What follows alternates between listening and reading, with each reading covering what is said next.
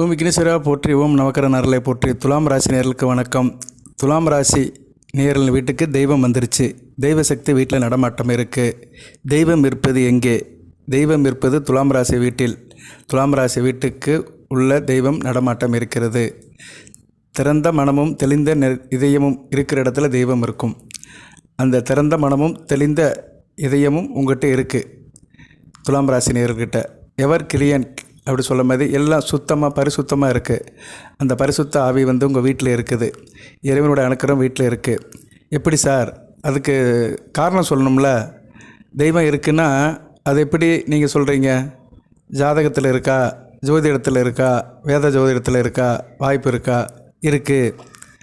பொதுவாக தெய்வம் ஒரு தனிப்பட்ட மனிதனுக்கு ஜாதகத்தில் தெய்வ அனுக்கிரகம் அவங்க கூட இருக்குதுன்னா 2, 5, 9ஆம் இடங்கள் நல்ல நிலைமையில் இருக்கணும். அந்த இடத்துல தெய்வ அனுக்கிரகம் இருக்குது அப்படின்னு சொல்லிக்கலாம். ஜனன ஜாதகத்தில் 2ஆம் இடம் குடும்பஸ்தானம், 5ஆம் இடம் அதிர்ஷ்டஸ்தானம் மந்திரஸ்தானம், 9ஆம் இடம் பாக்கியஸ்தானம். இந்த இடத்துல சுபக்கர தொடர்பு இருக்கணும். அதுபோக சுக்கிரன், புதன், குரு, வளர்பிறை சந்திரன் இவங்களாம் ராசிக்கு 2, 5, 9 சம்மந்தப்பட்டிருந்தாங்கன்னா நல்ல பலன்களை கொடுப்பாங்க. சரி நேர்களே, இப்போ துலாம் ராசிக்கு 2ஆம் இடத்துக்கு குரு பார்வை இருக்குது. நல்ல அமைப்பு தான்.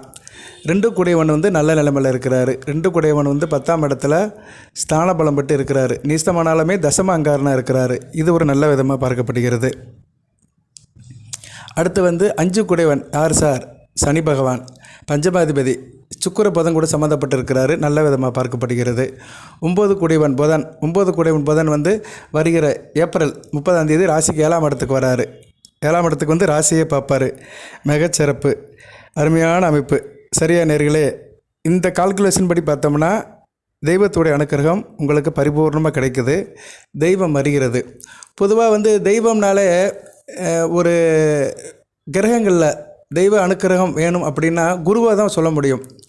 குரு ஒரு மனிதன் ஜாதகத்தில் நல்ல நிலைமையில் இருந்துட்டார்னா அவனுக்கு இறைவனோட அனுக்கிரகம் இருக்குது, ஆண்டவனுடைய சக்தி இருக்குது, கூடவே தெய்வம் வரும் அப்படின்னு சொல்லலாம். இப்போ குரு ராசிக்கு 2ஆம் இடத்தை பார்க்குறாரு. அடுத்த ராசியை பார்க்க போகிறாரு. ஸோ கண்டிப்பாக அடுத்து வருகின்ற காலத்தில் துலாம் ராசி நேயர்களுக்கு தெய்வத்துடைய அனுக்கிரகம் பரிபூர்ணமாக இருக்குது. ரைட்டு. அதுபோக உங்கள் ஜனன ஜாதகத்தில் குரு கெட்டு போகாமல் இருக்கணும். குரு எப்படி சார் கெட்டு போகாமல் இருப்பார் அப்படின்னா, குரு ராசிக்கு 6, 8 மறையக்கூடாது. 12ஆம் இடத்துல இருந்தாலும் பரவாயில்ல. 6, 8 இருக்கக்கூடாது. ராகு கூட சேரக்கூடாது. சூரியன் கூட சேரக்கூடாது. கேது கூட சேர்ந்தாலும் பரவாயில்ல. ராகு, சூரியன், சனி கூட சேராமல் தனித்த குருவாக இருந்தார்னா பரவாயில்ல. தனித்த குரு பால் அப்படிம்பாங்க. தனித்த அந்தணன் இருக்கக்கூடாது அப்படின்னு வேத ஜோதிடத்தில் ஒரு வாக்கு இருக்குது. செவ்வாய் கூட சேரலாம், சந்திரன் கூட சேரலாம். சந்திரன்னா ஒளிச்சந்திரனாக இருக்கணும், அமாவாசை சந்திரன் கூட சேரக்கூடாது. ஸோ இப்படி நிபந்தனைக்கு உட்பட்டு குரு நல்ல நிலைமையில் இருந்தார்னா தெய்வத்தோட அனுக்கிரகம் இருக்கும். ஆண் ஜாதகமாக இருந்தாலும் சரி, பெண் ஜாதகமாக இருந்தாலும் சரி, குரு நல்ல நிலைமையில் இருக்கணும். லக்கணத்தில் சம்மந்தப்பட்டிருந்தாருன்னா நல்ல பலன்களை கொடுப்பாரு. லக்கணத்தில் இருக்கணும், இல்லைனா லக்கணத்துக்கு 5, 7, 9ஆம் இடத்துல இருந்தாலும் நல்ல பலன்களை கொடுப்பாரு. சரி, இப்போ துலாம் ராசி நேர் வீட்டில் தெய்வத்தோட அனுக்கிரகம் இருக்குது.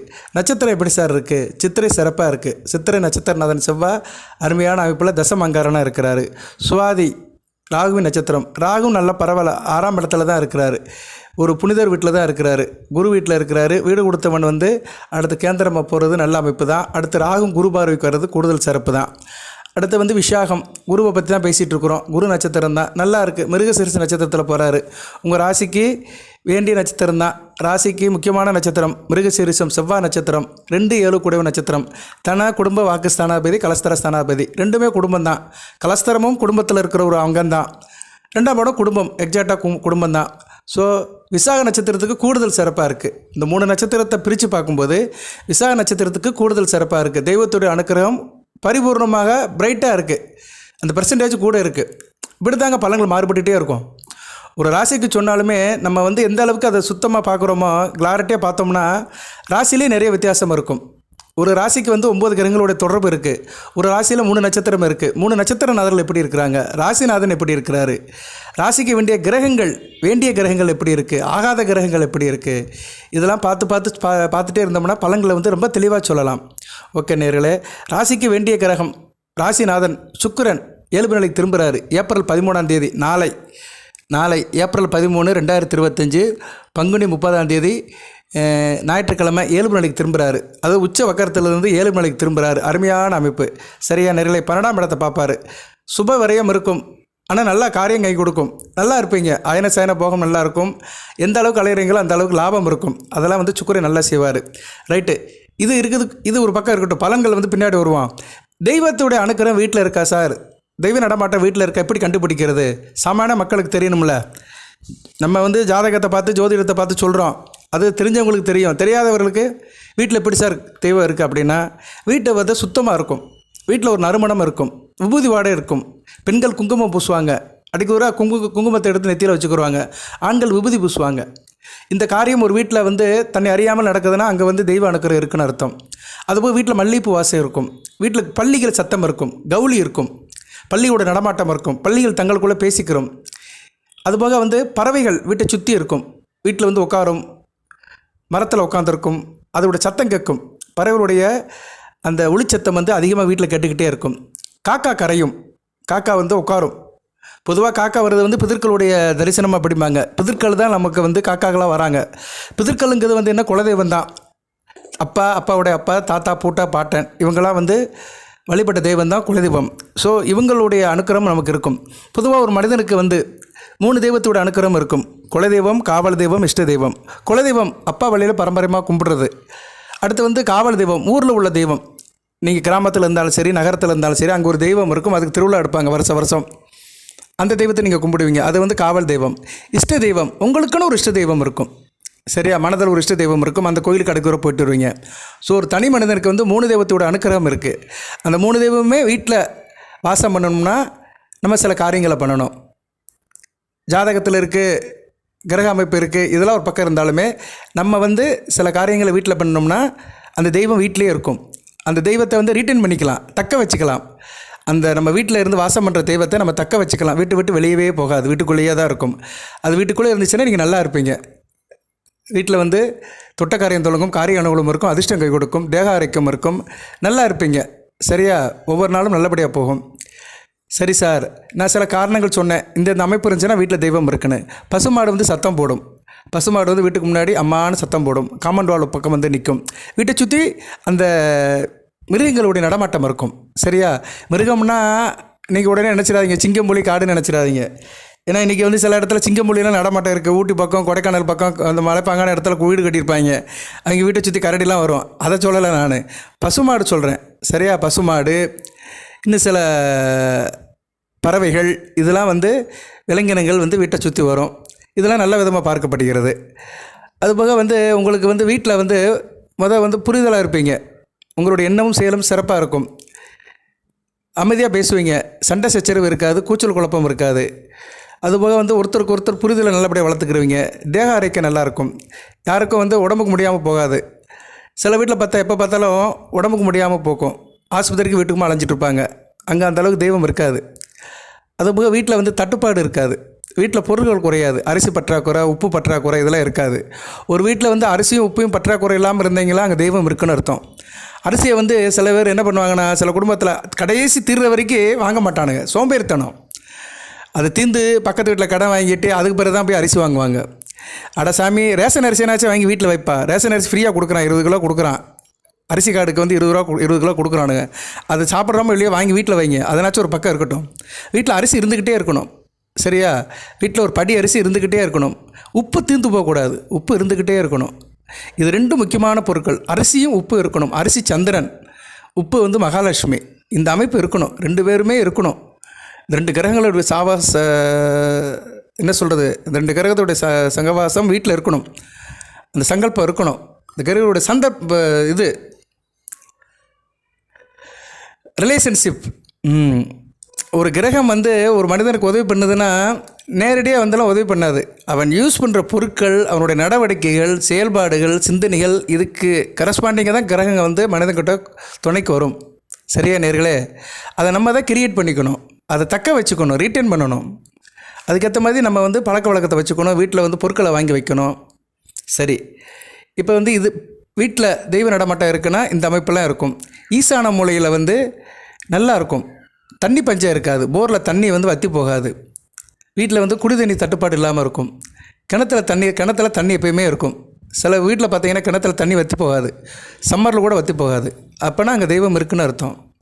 தேங்காய் நல்லா காய்க்கும், தேங்காய் சுவையாக இருக்கும், தேங்காய் இளநீர் வந்து அவ்வளோ இனிப்பாக இருக்கும், டேஸ்ட்டாக இருக்கும். இதெல்லாம் வந்து அந்த வீட்டை சுற்றி நல்ல அமைப்பு இருக்கிறதுக்கான சமிக்கைகள், நல்ல சக்தி, தெய்வ சக்தி இருக்கிறதுக்கான சமிக்கைகள். சரியா நேர்களே? அதே மாதிரி மாமரம் நல்லா வளரும். எந்த இடத்துல மாமரம் வந்து நல்லா வளருதோ அந்த இடத்துல கண்டிப்பாக தெய்வசக்தி இருக்கும். சரியா நேர்களே? இதெல்லாம் வந்து நிறைய சொல்லியிருக்கிறாங்க, இன்னும் நிறையா சொல்லலாம். சிலர் வீட்டில் வந்து பால் வந்து அடிக்க வர பொங்கிடும், இல்லைன்னா திறஞ்சு போயிடும். அவங்க நினைப்பாங்க, என்ன ஃப்ரிட்ஜுக்குள்ளே தானே வைக்கிறோம், ஏன் திறஞ்சு போச்சு அப்படின்னு பார்த்தோம்னா அதில் ஏதோ ஒன்று இருக்கும். ஸோ இதெல்லாம் வந்து என்னென்னா தீய சக்தி இருக்கிறதுக்கான அறிகுறிகள். பால் திறஞ்சு போயிடும், பால் கெட்டு போயிடும், சீக்கிரம் பொங்கி வடிஞ்சிரும். அதுபோக வந்து சில பழங்கள் வாங்கி வச்சோம்னா வீட்டில் கெட்டு போயிடும், காய்கறிகளும் சீக்கிரம் கெட்டு போயிடும், ஃப்ரிட்ஜுக்குள்ளே வச்சாலும் கெட்டு போயிடும். அதெல்லாம் இல்லாமல் இருந்துச்சுன்னா தெய்வசக்தி இருக்குன்னு அர்த்தம். அதுபோக கோயிலுக்கு போய்ட்டு வந்தாங்கன்னா எலுமிச்சை பழம் கொடுப்பாங்க. இன்றைக்கி பௌர்ணமி, இன்றைக்கி அம்மன் கோயிலுக்கு போய்ட்டு வரலாம், போய்ட்டு வந்தோம்னா எலுமிச்சை பழம் கொடுப்பாங்க. அந்த பழம் வந்து வீட்டில் வச்சோம்னா வாடும், ஆனால் கெட்டு போகாது, அழுகி போகாது.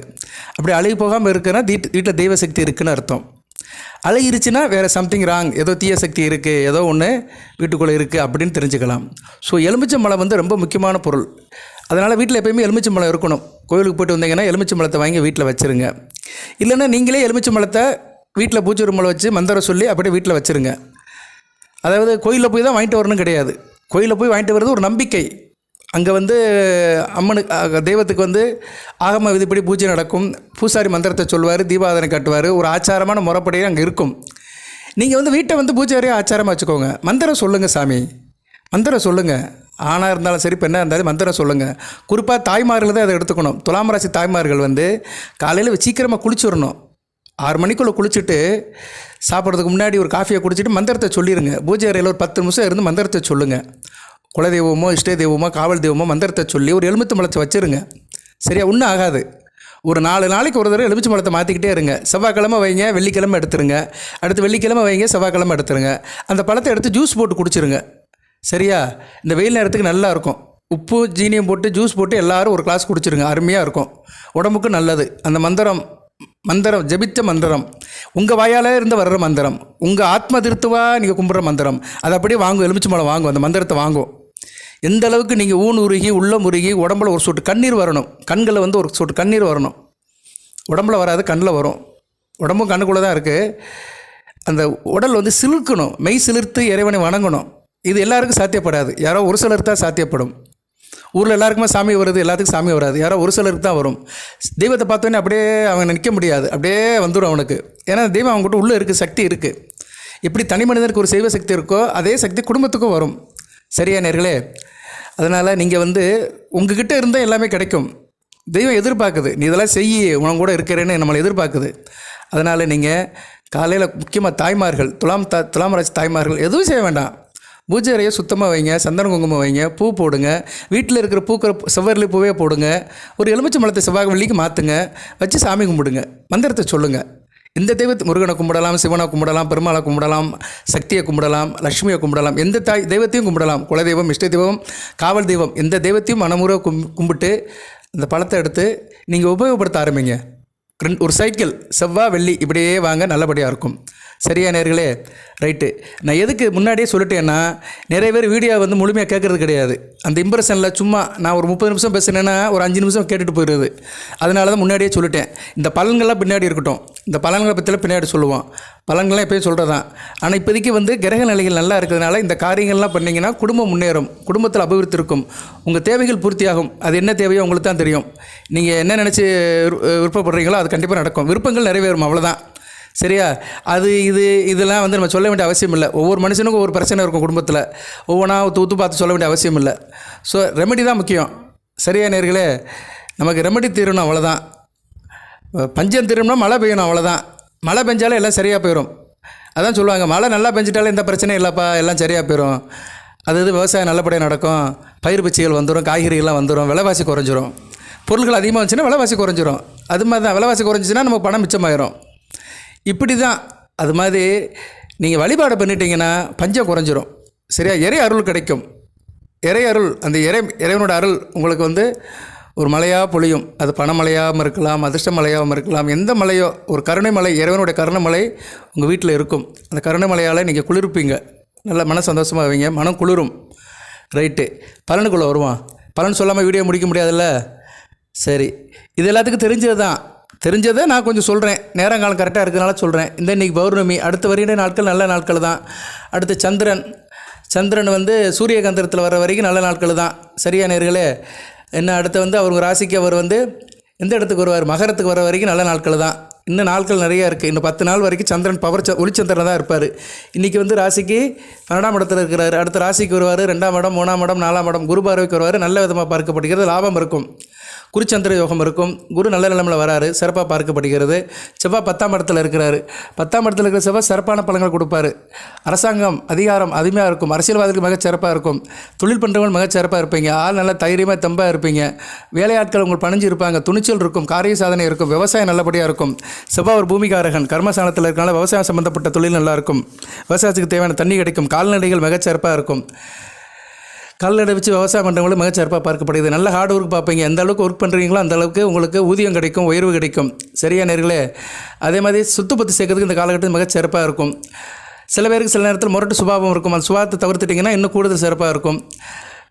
தெய்வ பக்தி இருக்கும். கோயில் குளத்துக்கெல்லாம் போயிட்டு வருவாங்க. எந்த ஒரு முயற்சியாக இருந்தாலும் வெற்றி தரும். ஏன்னா செவ்வாய் சனி சுக்கிரனுக்கு கேந்திரத்தில் கோணத்தில் இருக்கிறாரு. நவபஞ்சம யோகம். சுக்கிரன் சனி புதனுக்கு கோணத்தில் இருக்கிறதுனால நல்ல அமைப்பு தான்.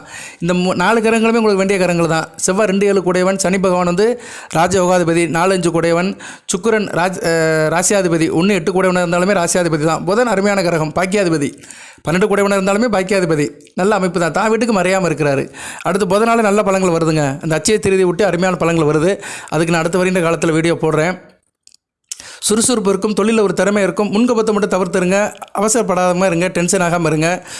புதிய தொழில் வியாபாரம் பண்ணுறதுக்கு இந்த காலகட்டம் நல்லா இருக்கும். நல்ல விதமாகவே பார்க்கப்படுகிறது. அதுபோக துலாம் ராசிக்கு சூரியன் 7ஆம் இடத்துக்கு வராரு. ராசிக்கு 11 கூடியவன் 7ஆம் இடத்துல கூடுதல் சிறப்பு தான். சரியா? கூட்டு தொழில் பங்கு சந்தை நல்லாயிருக்கும். கூட்டு தொழில் நல்லா லாபம் இருக்கும். கணவன் மனைவி இணக்கம் இருக்கும். மனைவி பேர்லையோ கணவன் பேர்லையோ வேலை செய்கிறவங்களுக்கு இந்த காலகட்டம் மிகச்சிறப்பாக இருக்கும். சரியான நேரத்தில் இது மாதிரி நேரத்தை நீங்கள் பயன்படுத்திக்கோங்க. இது மாதிரி நேரத்தில் பயன்படுத்திட்டிங்கன்னா நல்ல விதமாக பார்க்கப்படுகிறது. ஏன்னா சூரியன் 7ஆம் இடத்துல இருக்கிறார். 7ல் சூரியன் இருக்கிறது மிகச்சிறப்பு தான். சரியான நேர்களே? அரசியல் அரசாங்க முயற்சிகள் நல்லபடியாக இருக்கும். தேடி போகாமலே முடியும். இந்நேரம் அரசியல் கட்சியில் இருக்கிறவங்களுக்குலாம் ஏதாச்சும் போஸ்டிங் கிடைக்கும். கட்சி தலைமை இடத்துல ஒரு மதிப்பு இருக்கும். நல்ல விதமாக பார்க்கப்படுகிறது. நல்ல ஜெயஜாண்டிக்காக இருப்பீங்க. தன்னம்பிக்கை, அதிகாரம், வைராக்கியம், குலப்பெருமை எல்லாமே உங்களுக்கு கூடி வரும். பொருளாதாரம் நல்லபடியாக இருக்கும். நல்ல காசுக்கார நண்பர்களுடைய சகவாசம் இருக்கும். இது நல்ல விஷயம். உங்கள் ஃப்ரெண்ட்ஸ் சர்க்கிளில் நல்ல ஒரு ஏற்றம் இருக்கும். தொழிலில் விரைவாக முன்னேற்றம் இருக்கும். நல்லா இருப்பீங்க. வியாபாரத்தில் நெளிவு சுழிவு நல்லபடியாக தெரியும். இந்த காலகட்டத்தை சிறப்பாக செய்வீங்க. சூரிய நிலைப்பாடு அடுத்து நல்லா இருக்குதுங்க. மிகச்சிறப்பாக இருக்குது. அடுத்தடுத்து வரை காலங்கள் நல்லா இருக்கும். நல்ல விதமாக பார்க்கப்படுகிறது. கொஞ்சம் கோபத்தை குறைச்சிக்கோங்க. நான் திருப்பி அதான் சொல்கிறேன். ஏன்னா செவ்வாயும் சூரியனும் ராசியை பார்க்குறாங்க. சூரியன் 7ஆம் பறவையில் பார்க்குறாரு. அடுத்த செவ்வாய் 4ஆம் பறவையில் பார்க்குறாரு. கோபப்படாதீங்க, உஷ்ணப்படாதீங்க, டென்ஷன் ஆகாதீங்க. முருகப்பெருமான் வழிபாடு வச்சுக்கோங்க. சரியா? 10ஆம் இடத்த முருகருக்கு நல்லது தான். ஆனால் சூரியன் பார்க்குறாரு. சிவன் கோயிலுக்கு போங்க. சிவன் கோயிலுக்கு போய்ட்டு சிவபெருமானை கும்பிட்டு சிவன் கோயிலில் இருக்கிற முருகப்பெருமானை கும்பிட்டிங்கன்னா கூடுதல் சிறப்பு தான். செவ்வாய்க்கிழமை அல்லது திங்கக்கிழமை சிவன் ஆலயத்துக்கு போங்க. சிறப்பாக பார்க்கப்படுகிறது. பெண்களால் நல்ல ஒரு லாபம் இருக்கும். உங்கள் மனைவியாக இருந்தாலும் சரி, தாயாக இருந்தாலும் சரி, தமக்கையாக இருந்தாலும் சரி, பெண்களால் குடும்பத்தில் நல்ல லாபம் இருக்கும். நல்ல விதமாக தான் பார்க்கப்படுகிறது. சரியா? நல்லா இருப்பீங்க. தொழில் பண்ணுறவங்களுக்கு நல்லா இருக்கும். உங்கள்கிட்ட வேலை பார்க்குறவங்க விசுவாசமாக இருப்பானுங்க. இதுதான் ரொம்ப முக்கியம். தொழில் வியாபாரம் பண்ணுறவங்களுக்கு அருமையான காலகட்டமாக இருக்குது. இது போதுமே, நல்லா இருக்குமே. ஒரு மனிதனுக்கு அதான். அப்போ உத்தியோகம் பண்ணுறவங்க நல்லா இருக்காதா சார்? உத்தியோகம் நல்லாயிருக்கும். 6ஆம் இடம் நல்லா தான் இருக்குது. சரியா நேரில் 6 கூடியவன் 8ஆம் இடத்துல இருந்தாலுமே கொஞ்சம் அலைச்சல் திருச்சல் இருந்தாலுமே தொழில் நல்லபடியாக தான் இருக்கும். குருவும் செவ்வாயும் சார பரிவர்த்தனை ஆகிருக்கிறாங்க. மிருகசீரிசம் புனர்பூசத்தில் சார பரிவர்த்தனை ஆகிருக்குது. நல்ல அமைப்பாக பார்க்கப்படுகிறது. ராசிக்கு 3-8 கூடியவன் 2-7 கூடியவன் கூட சார பரிவர்த்தனை இருக்கிறதுனால குடும்பத்தில் கணவன் மனைவி ஒத்துமையாக இருந்தாலுமே தொழில் ரீதியாக கொஞ்சம் அங்கிட்டு போயிட்டு வருவாங்க. அலைச்சல் இருக்கும். அதை மட்டும் நல்லபடியாக பார்த்துக்கோங்க. வாட்டவர் மேபி செவ்வாய் நல்ல நிலைமையில் இருக்கிறார். செவ்வாய் நீசமானாலுமே 10ஆம் இடத்துல திக்பலம் பெற்று இருக்கிறாரு. நல்ல ஒரு அமைப்பில் இருக்கிறாரு. ஸ்தான பலம் பெற்று இருக்கிறாரு. சிறப்பாகவும் பார்க்கப்படுகிறது. இப்படி பலன்கள் பலவாறாக துலாம் ராசியை சுற்றி நல்ல விதமாக நடக்குது. கோபதாபத்தை கட்டுப்படுத்திக்கோங்க. செவ்வாய் ராசிக்கு 10ஆம் இடத்துலேருந்து ராசியை பார்க்குறாரு. ராசிக்கு 4ஆம் இடத்தையும் பார்க்குறாரு, 5ஆம் இடத்தையும் பார்க்குறாரு. 4ஆம் இடம் சுகஸ்தானம், தாயார். ஆனால் 4ஆம் இடத்துக்கு குரு பார்வையும் இருக்குது. தாயாருக்கு ஒன்றும் ஆகாது. இருந்தாலும் தாய்க்கும் தாரத்துக்கும் சில பிரச்சனை இருக்கும். குடும்பத்தில் அம்மாவுக்கும் மனைவிக்கும் சில பிரச்சனைகள் இருக்கும். அதை நீங்கள் தான் பைசல் பண்ணணும். அந்த விஷயத்தில் கவனமாக இருந்துக்கோங்க. அதுபோக வண்டி வாகனத்தில் போகும்போது கொஞ்சம் மெதுவாக போங்க. அவசரம் காட்டாதீங்க. வேகத்தை குறைச்சிக்கோங்க. 5ஆம் இடத்தை பார்க்குறாரு. 5 கூடியவன் 6ஆம் இடத்துல இருக்கிறாரு ராகுவோட சேர்ந்து. பிள்ளைகள் விஷயத்தில் சில டிஸ்டன்ஸ் இருக்கும். பிள்ளைகள் விஷயத்தில் சில பிரச்சனைகள் வரும். பிள்ளைகள் புரிதல் கம்மியாக இருக்கும். நீங்கள் ஒன்று சொன்னால் அவங்க ஒன்று சொல்லிட்டு இருப்பாங்க. அதனால் பிள்ளைகள் விஷயத்தில் கொஞ்சம் கவனமாக இருந்துக்கோங்க. தனகாரன் குருவும் 8ஆம் இடத்துல இருக்கிறாரு. அதனால் பிள்ளைகள் நீங்கள் என்ன சொல்கிறீங்களோ அதை கண்டுக்க மாட்டாங்க. நீங்கள் ஒன்று சொல்லுவீங்க, அவங்க ஒன்று சொல்லிட்டு இருப்பாங்க. புரிதல் கம்மியாக இருக்கும், அண்டர்ஸ்டாண்டிங் கம்மியாக இருக்கும், மிஸ் அண்டர்ஸ்டாண்டிங் அதிகமாகும். அதனால் பிள்ளைகள் விஷயத்தில் கொஞ்சம் கவனமாக போங்க. எந்த பிரச்சனையும் இல்லை. தட்டி கொடுத்து போங்க, விட்டு கொடுத்து போங்க, சரியாக போயிடும். குரு பார்வை ராசிக்கு வந்துச்சுன்னா பிள்ளைகள்லாம் ஓரளவு நேர்வழிக்கு வந்துடுவாங்க. அவங்க விஷயத்தில் கொஞ்சம் மாற்றம் வரும். இப்போதைக்கு உங்களுக்கு குடும்பத்தில் தான் சில பிரச்சனைகள். தாயாருக்கும் மனைவிக்கும், அதுபோல் பிள்ளைகள், ஆண் பிள்ளையாக இருந்தாலும் சரி, பெண் பிள்ளையாக இருந்தாலும் சரி, கொஞ்சம் கவனமாக இருங்க. கூடுதலாக பெண் பிள்ளைகள் கொஞ்சம் பிரச்சனை பண்ணுவாங்க. பெண் பிள்ளைகள் விஷயத்தில் கொஞ்சம் பிரச்சனைகள் இருக்கும். அதனால் துலாம் ராசி நேயர்கள், உங்கள் பெண் பிள்ளைகள், திருமணமாகாத பெண் பிள்ளைகள் ஸ்கூலில் படித்தாலும் சரி, காலேஜில் படித்தாலும் சரி, சில பிரச்சனைகளை கொண்டு வரும். அது மூலிமா சில பிரச்சனைகளை நீங்கள் பார்க்குற மாதிரி தான் இருக்கும். கவனமாக இருந்துக்கோங்க. அதுக்கு என்ன சார் செய்யலாம் அப்படின்னா, பெண் பிள்ளைகள், சுக்கிரனுடைய அம்சம், சுக்கிரன் 6ஆம் இடத்துல இருக்கிறாரு. அவர் 13ஆம் தேதி தான் ஒரு நல்ல நிலைமைக்கு வராரு. 13ஆம் தேதினா நாளைக்கு தான். இருந்த போதிலும் சுக்கிர மந்திரத்தை சொல்லுங்கள். சுக்கிரனுக்கு ஒரு மந்திரம் இருக்குது. சரியா நேர்களே, அந்த மந்திரத்தை சொல்கிறேன், இந்த வீடியோவில் இன்க்ளோஸ் பண்ணுறேன். அதை நீங்கள் சொல்லுங்கள். வெள்ளிக்கிழமை இரவு 8 to 9 இதை மட்டும் இப்போதைக்கு சொல்லுங்கள். மே 31ஆம் தேதி வரைக்கும் சொல்லுங்கள். மிக சிறப்பாக இருக்கும். நல்லா எல்லாம் வசப்படும். கையில் காசு பணம் வசப்படும். குடும்பத்தில் தெய்வத்தோட அருள் இருக்கும். எல்லாமே கூடி வரும். ஏன்னா சுக்கிரன் உங்கள் ராசிநாதன். அது போய் 8 கூடையவன். 8ஆம் இடம் 2ஆம் இடத்துக்கு 7ஆம் இடம். சரியா? 1ஆம் இடம் 7ஆம் இடத்துக்கு எதிர்வீடு. ஸோ சுக்கிரன் உங்களுக்கு எப்படி கான்ட்ரிபியூட் பண்ணுவார்னா 1, 7, 2, 8. நீங்கள் உங்கள் மனம், உடல், குடும்பம், கணவன் மனைவி உறவு, அதுபோல் அதிர்ஷ்டம், தேக ஆரோக்கியம், இதுக்கெல்லாம் சுக்கிரன் தான் வருவார். அவர் மந்திரம்னா ஆனந்த பைரவரை கும்பிடணும். அஷ்ட பைரவரில் ஆனந்த பைரவர். இது ஏற்கனவே சொன்னேன்னா என்னன்னு தெரியல, சொல்லியிருந்தாலும் பரவாயில்ல, இதை மறுபடியும் ஃபாலோ பண்ணிக்கோங்க. ருரு பைரவா ஓம் ஆனந்த ரூபாய வித்மகி டங்கேஷா தீமகி தன்னோ ருரு பைரவ பிரசோதியாத். இந்த மந்திரத்தை வெள்ளிக்கிழமை தோறும் இரவு 8 to 9 ஒரு 11 தடவை சொல்லுங்கள். எல்லாம் சரியாக போயிடும். ராசிநாதன் உங்களுக்கு ஒரு லீடிங் கொடுத்துட்டாருன்னா எந்த பிரச்சனையும் இருக்காது. ஏன்னா ராசிநாதன் இப்போ கொஞ்சம் தளர்ந்து போய் தான் இருக்கிறாரு. உத்திரட்டாதி நட்சத்திரத்தில் தான் இருக்கிறாரு. சனி சடத்தில் தான் போயிட்டு இருக்கிறாரு. சனி ராகுவோட சேர்ந்து இருக்கிறாரு. கொஞ்சம் காம்ப்ளிகேஷன் தான். அவர் நீச நிலையிலேருந்து வெளியே வந்தாலுமே அந்த தொடர்பு சரியில்லை, சேர்க்கை சரியில்லை. அந்த ரிலேஷன்ஷிப் கொஞ்சம் நார்மலாக இல்லை, கொஞ்சம் அப்நார்மலாக தான் இருக்குது. ஸோ அதுலேருந்து அவர் வெளியே வர்றதுக்கு இந்த மந்திரத்தை சொல்லுங்கள். சுக்கிரன் வலுப்பட்டார்னா சிறப்பாக இருக்கும். விரையும் குறையும், குடும்பத்தில் அலைச்சல் குறையும், காரிய அனுகூலம் இருக்கும், நல்லதுபடியாக பார்க்கப்படுகிறது. இந்த மந்திரத்தை தொடர்ந்து சொல்லுங்கள். இந்த மந்திரத்தை சொன்னீங்கன்னா 2ஆம் இடம் வலுப்படும், குடும்பஸ்தானம் வலுப்படும். அங்கே மகாலட்சுமியோட அனுக்கிரம் கிடைக்கும். அந்த மகாலட்சுமி உங்கள் வீட்டில் நிரந்தரமாக வாசம் பண்ணுவாள். எந்த அளவுக்கு சுக்கிரனை கும்பிட்றீங்களோ அந்த அளவுக்கு அனைத்தும் சுகப்படும். சரியா நேர்களே? அடுத்தடுத்து வீடியோ போடுறேன், தொடர்ந்து பாருங்கள். சாதக பாதங்களையும் சொல்லியிருக்கிறேன். சில விஷயத்தில் மட்டும் கொஞ்சம் கவனமாக இருங்க. 170% நல்லா இருக்குது. குரு பயிற்சிக்கு முன்னாடி கூடுதல் சிறப்பாக இருக்கும். அடுத்தடுத்து வர காலகட்டத்தில் குரு, செவ்வாய், சூரியன் இவங்களாம் நல்ல பலன்களை கொடுப்பாங்க. சரியா நேர்களே? நல்ல விதமாக பார்க்கப்படுகிறது.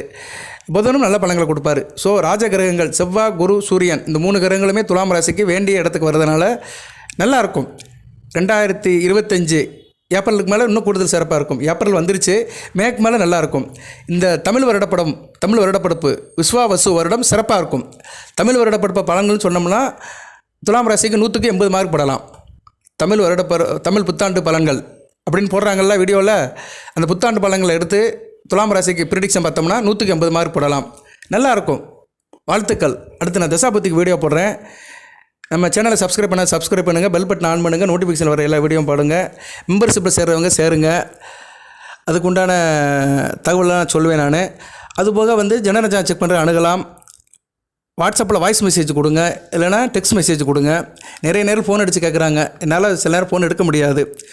நான் பூஜை புனஸ்காரம் கோயில் உலகத்துக்கு போயிட்டு வருவேன். அதுபோக சேனலில் பேசிகிட்டு இருப்பேன், மற்ற வேலையிலையும் இருப்பேன், ப்ரிடிக்ஷனும் பார்த்துட்டு இருப்பேன். அந்நேரம் ஃபோன் அட்டன் பண்ண முடியாது. அதனால் தயவு செய்து ஃபோனில் வாய்ஸ் மெசேஜ் போடுங்க. சரியா? இல்லைனா டெக்ஸ்ட் மெசேஜ் போடுங்க.